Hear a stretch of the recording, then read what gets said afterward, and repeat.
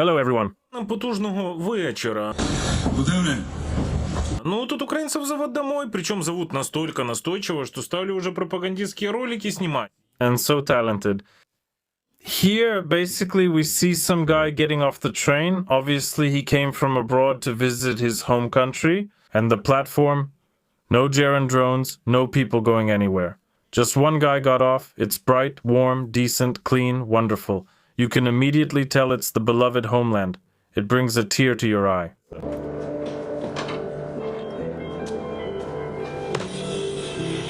Hi, Dad. So, did you get there? I'm at that house. Well, yeah, obviously his daughter is also abroad. He came to Kyiv, probably, or to one of the cities in Ukraine. He left his daughter and came here to Ukraine. Home is better. He was always alone there where everything belonged to us. As soon as he got off the platform, he immediately told his daughter, "Come on, love your homeland. You see, everything here is ours. Every brick, every pine tree, everything is ours." Because at home, our hearts and souls blossom. Suddenly, some girl pops onto the call. Dads, it would be interesting if someone is talking to their relative, and then suddenly strangers start jumping into the call. Would the person they're talking to be surprised or not? I'm sure they would, but it's really a rhetorical question, since everything is wonderful. Everything's blooming, smells nice, and there are girls in embroidered shirts. That's great. We have sandwiches and business. And now here come those who are inviting you, dear viewers, if you are Ukrainian, back home to Ukraine. Here's Klopotenko, a man of conscription age who by his own account is cooking borscht with sushi together with them. Apparently this is a typical Ukrainian dish. And he also, and this is not a joke, puts dead bees into some dishes, telling people that it's extremely healthy. This is not a joke. Please take a look. And his name is Evan Klopotenko, and take a look at some photos. It's just gorgeous. There are dead bees on a plate in some dish. Very tasty. I recommend it. Lunch, this is borscht together with sushi, because there are sushi leftovers. Editor Vogt, Pushkin is returning from distant Antarctica.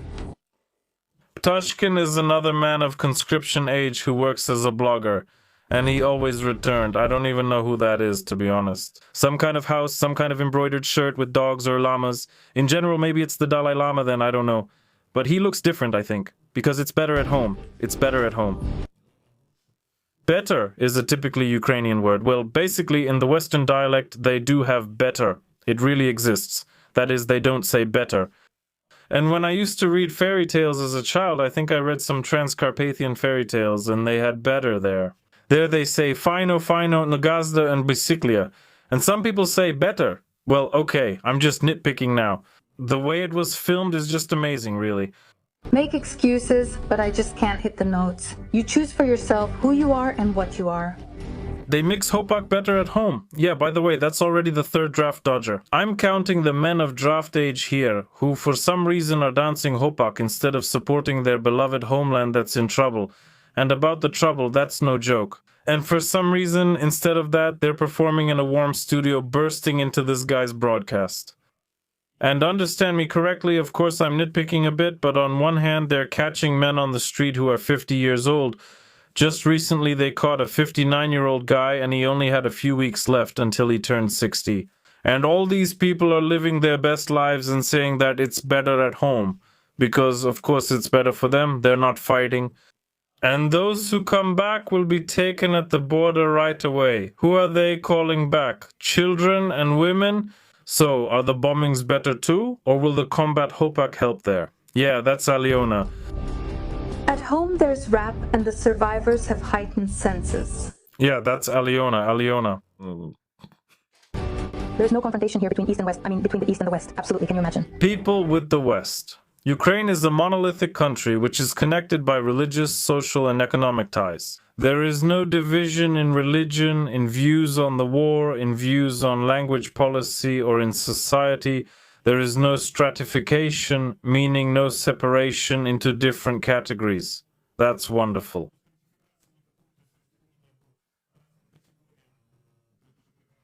And here we have yet another draft dodger telling us that there is no division between the East and the West. But then what about Armavir Poroshenko and this very Zelensky? It's unclear. For us, this is food, brothers in honor. Here the sky is dark, trouble comes head on. That's all well and good, but guys, why aren't you fighting? I'm not sending anyone to the front, it's just... Propagandists usually, I've shown you many of them already, these very powerful leaders always say, they talk about how the motherland is in danger right now, everyone will have to fight, children need to be taught how to launch drones, need to learn how to use weapons. They ask, why aren't you at the front? And at the same time, they themselves are in some theaters, studios, on the street telling people that it's better back home. Well, I don't even think calling this hypocrisy is enough. Here, people line up for bread as if it's a movie premiere. Yeah, and how much does bread cost? And can every person now buy bread with meat? Wonderful. Another draft dodger in those glasses probably has vision problems. As everyone says, like Prytula and that Sternenko, they all have eye problems and no one serves because of their eyesight issues. But men with arthritis at 50 or 60 years old, they get taken without a problem. One has damaged lungs, another was drafted with just one lung left. Well, they're considered fit. Continuation. Here you joke to live, and you live to joke. You always feel your brother's support here. Continuation. Honestly, I don't know who those two brothers from the box are. Who is better? But Batut Dia smartphone. Dia smartphone. And you know what else? There's also, oh my god, there's also Reserve Plus, also on the smartphone. I'll tell you about Reserve Plus now. And Reserve Plus, by the way, is a thing where you can show up, check in, and it might say that you're wanted, and then instead of just getting dead bees in your soup, they'll take you where they need to until things are cleared up. Chari, stupidity isn't in the law. There's a saint sitting on the bench over there. What? Чего? What? Who? Why? What's going on, boy? Damn, and he vaped. I'll just wait for my own demchick. At home, the power of the land fills your veins. Non-ancestors say we should destroy the dream. This is Pavlo Zibrov. His favorite song is I Love You, Marina, I think. Simply the most popular performer of all time. Go... Yaroslava Wisdom and Volodymyr Dilo. They make it so that you do it. Impossible. Home is the capital on Ukrzaliznytsia. Home is from Khortytsia to the Carpathians without borders. Home.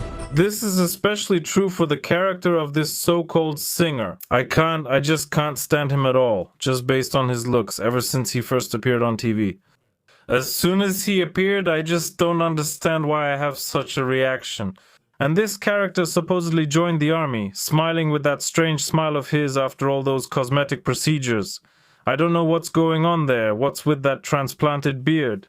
Well, in general, it all looks really strange. And then he got himself discharged. Well, he served, so to speak, for 2 weeks. Now this mighty warrior is telling everyone what a veteran of the armed forces of Ukraine he is, and what hotspots he served in. And again, with every right, he takes part in a propaganda video. It's just wonderful, dear viewers. All these people are simply wonderful. By the way, yes, you want to raise your son.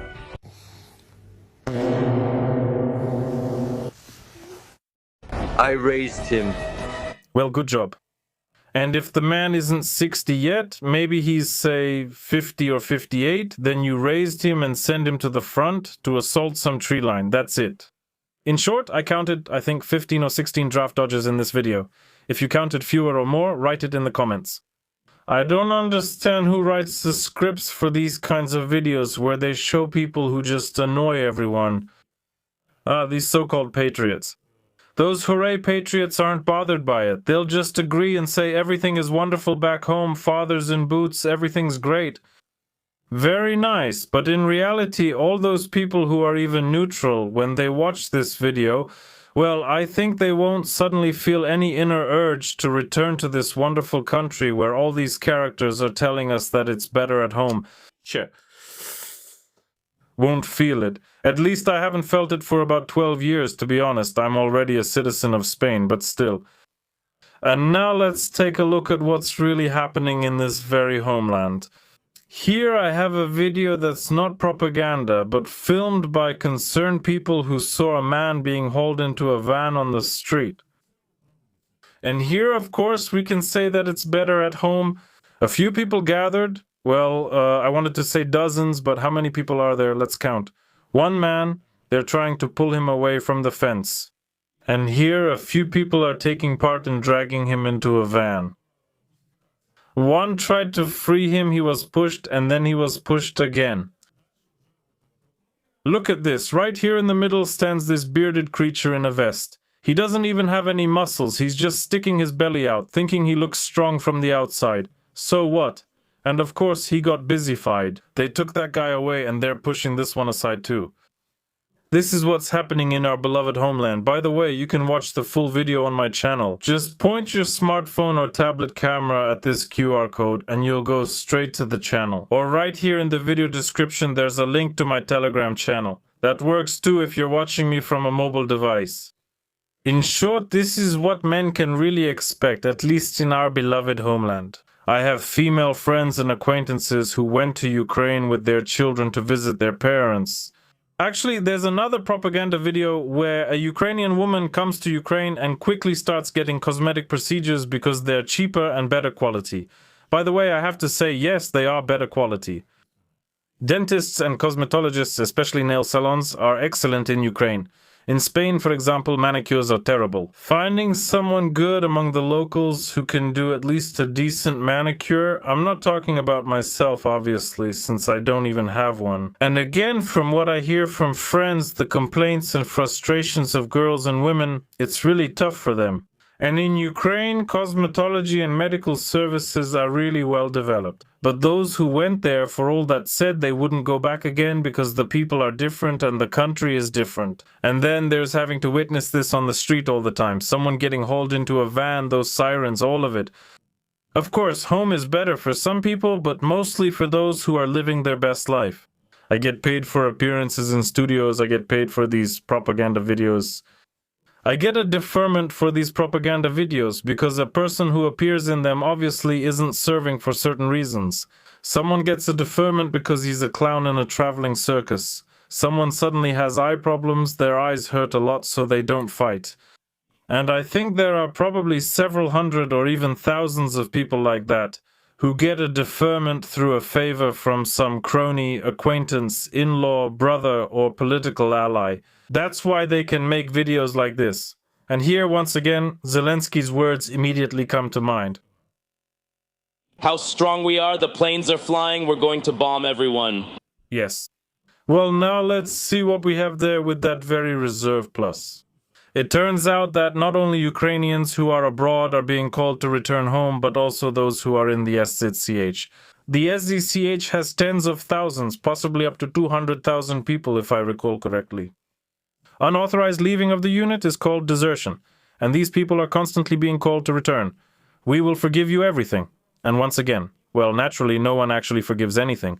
Then those who return write about being sent into some of the most terrible assault units, and then communication often gets lost. Here it is written that once again the Ministry of Defense has announced the introduction of an expedited procedure for returning a serviceman who has deserted through the Army Plus app. So now there is Army Plus, Reserve Plus, and Idea, the country on a smartphone, and you can use the app until September 20th.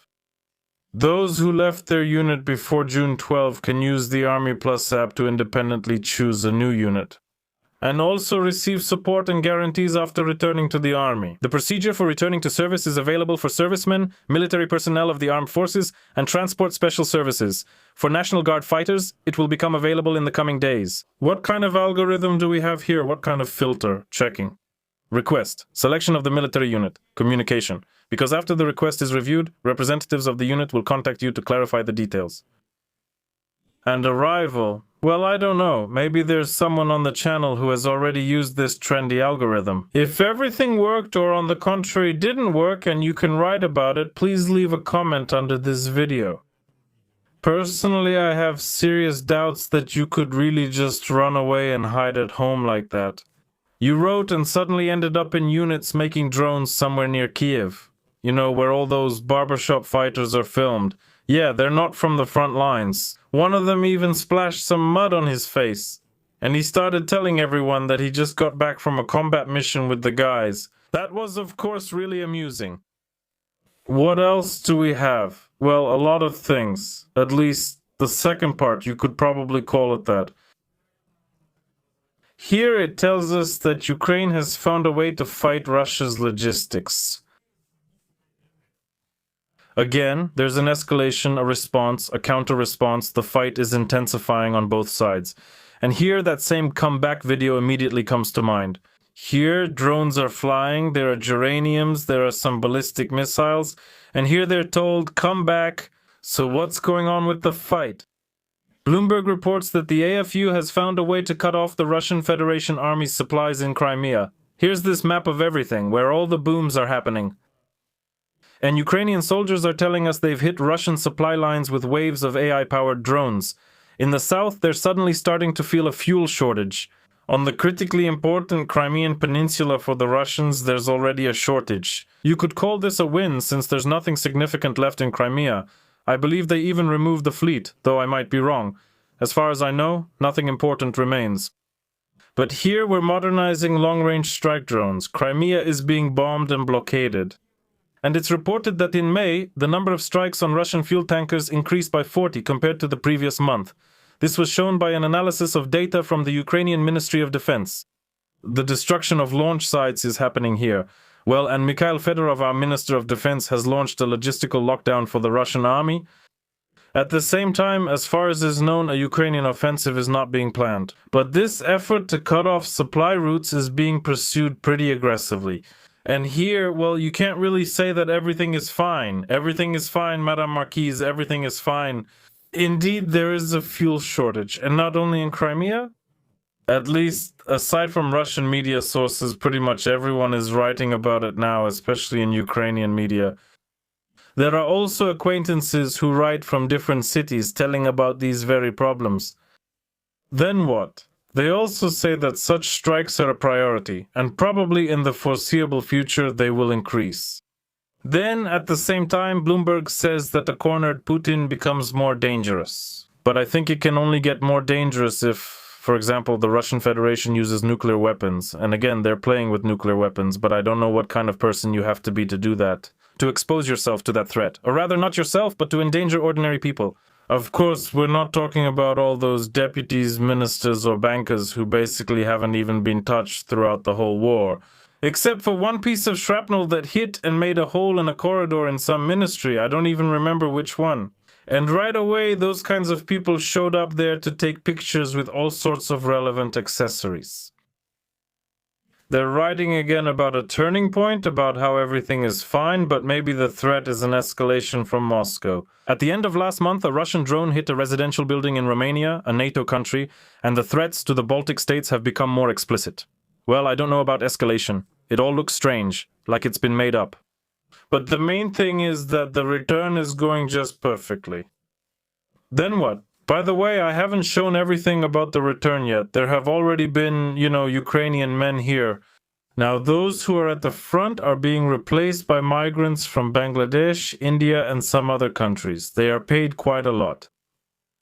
So what? Well, the mentality is a bit different, the culture is a bit different, and fights are already breaking out. For example, in one of the cities, I think it was in Lviv, people from India got into a fight with Ukrainians. I can't say who was right or wrong here.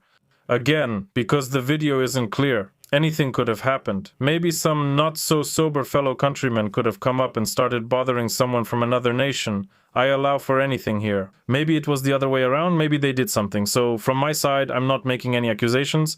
But the fact that fights are already happening, this confrontation, that's for sure. Again, I won't show the full video. There's a fight here for the same reason. YouTube doesn't allow violence to be shown. I mean, of course you can show it, but it immediately puts your channel at risk. So that's how it is.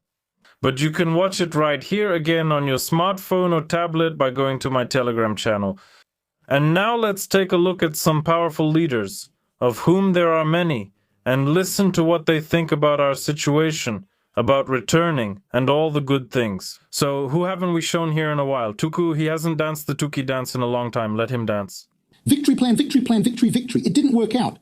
Well... Now, by the way, there's a new victory plan. Well, apparently also, well, we'll see. Maybe something will work out here, of course, but it's hard to make any promises. So, here we have a spokesperson, another draft dodger in a light blue shirt, who's talking to a lady, this red-haired one, who used to host a show with an interesting focus. He's saying mobilization means you could be taken into the police or sent to war as an assault trooper. So creativity isn't limited to assault troopers. Policemen can be creative too. I don't know if they assault tree lines, but anything's possible. Mobilization involves both the military and the police. When we mention mobilization, it's not limited to just one group. Mobilization might even include Lamborghini drivers, maybe? No, there aren't any Lamborghini drivers being mobilized, but I'm running away. Police capital and police resources. This is also a capital resource. Well, here is a representative of this resource, a cog in this very machine that's been set in motion right in front of you on Channel 5. Real estate, this also includes transportation, cars, and much more. So the state can mobilize enterprises, vehicles, and many other things for the needs of war. If needed, the state can even mobilize pots. Excuse me, I don't know. And so is this good or bad? Now, excuse me, I don't understand. Is this good news or bad news? He says that the state can, if necessary, even take away your pot. Take it off someone's head, take it out of someone's kitchen cabinet. But that's how it is. Now they can mobilize people in the street, and cars even coming to your home to mobilize pots, maybe even leaky ones. Может быть, дырявые трусы? Well, why not? The state needs it here. It's very strange, of course, and there are also conversations of those very influential leaders, in particular Deputy Kenny Figina. She is both a singer here and Deputy Kenny, and a powerful leader, Shachkem. Just don't call her Bitsiti because she somehow doesn't want to be on the front. But nevertheless, she says that naming units after UPA heroes is necessary, the most worthy action of Zelensky. I think it's just wonderful. To quarrel with the whole of Poland because you named some unit after these UPA heroes, well, you have to be an extremely talented person for that. The appearance of the name of UPA heroes in one of the special operations units is one of the most worthy things that Volodymyr Zelensky has done during his presidential term. I see. Well, really, why do we even need Poland? Nobody needs Poland. It isn't helping Ukraine right now, it isn't giving any money. So what? So, since their planes are flying, we'll bomb everyone. Well, on that note, let me say goodbye to you. Goodbye, everyone. You see, mobilization is a very unpopular thing, let's be honest, and there's no other popularity for mobilization instead. And why can I, who served, talk about this? You can still get used to the idea of continuing who can serve when you... We have a president. He deals with attacks, armed attacks on the military enlistment officers. So what should be done? It's simple. And why can't I invite those people who understand these issues? Professionals. Only they can. Well, for example, manager Fira Serhii Krivonos explains step by step what needs to be done.